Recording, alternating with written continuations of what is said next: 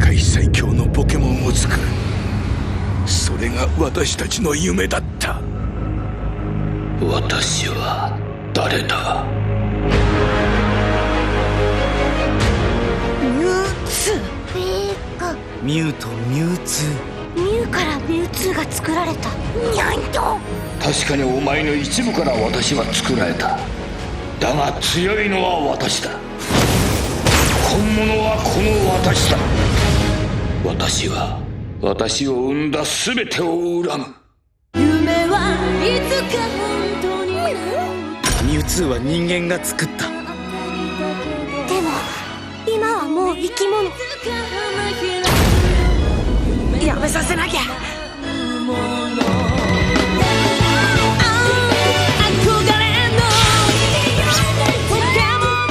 これが原点にして最高峰。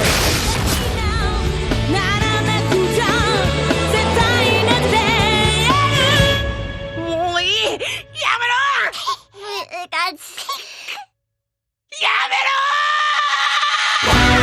ミュウツーの逆襲エボリューション。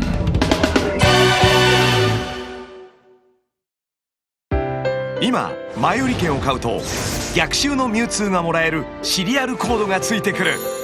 さらに逆襲のピカチュウ、略して逆襲マスコットもついてくる。今すぐ映画館の窓口へ。